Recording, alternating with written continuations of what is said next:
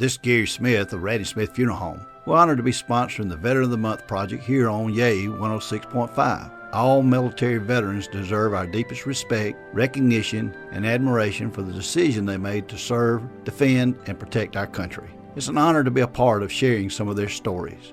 Our Veteran of the Month for September is John Harris. Mr. Harris joined the Air Force with his mother's permission at the age of 17 in 1953. After serving as an air defense radar operator in the Air Force, he changed branches and joined the United States Army. Mr. Harris served as an air traffic controller during his time in Vietnam and stayed in the Army till he retired in 1978. My name is John T. Harris. When I turned 17, I talked my mother into signing the paper for me, and I was allowed to go in the U.S. Air Force. They signed me to an air defense radar operator school, and so I went to that school, and then I went to New Mexico and a few more states, and I was in Alaska when it became the 48th state. After 11 years, 10 months, and 28 days, I got kind of tired of the Air Force. Got outside and worked at Kimberly-Clark 3 or 4 months and then went into the Army, where I spent 12.65 years as an air traffic controller. I went in November the 4th, 1953, and I retired effective August the 1st, 1978. As an air traffic controller, I was stationed in Vietnam in 69 and 70, and our airfield had more movements than the airport at Los Angeles International Airport. Of course, the aircraft were a whole lot smaller, but the number was more. And yes, they were a big influence because I said, if they can do it, I can do it.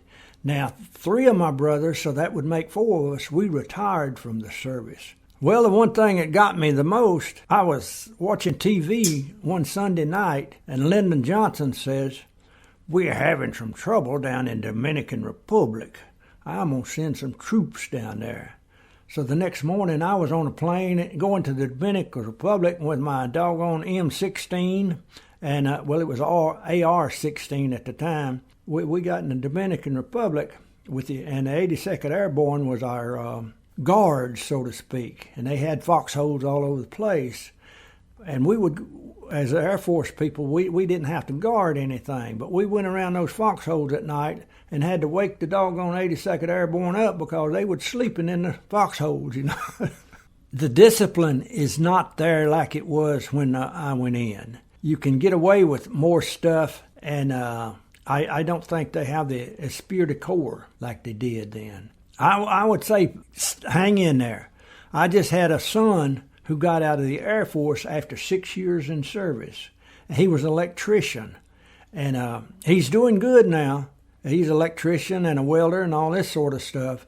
But if he'd stayed in 14 more years, he would be like me, sitting here drawing a good retirement, and I have good medical facilities that I can go to, and I've in a way have it made. Except, I did have to work after I retired because, you can't just sit around and do nothing.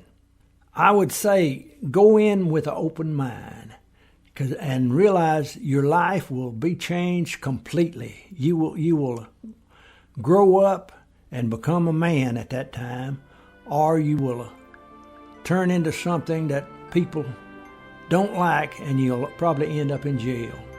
Congratulations to John Harris, our Veteran of the Month for September. We'd also like to thank American Legion Post 45 for helping with the selection process. This is Gary Smith of Raddy Smith Funeral Home in Sylacauga.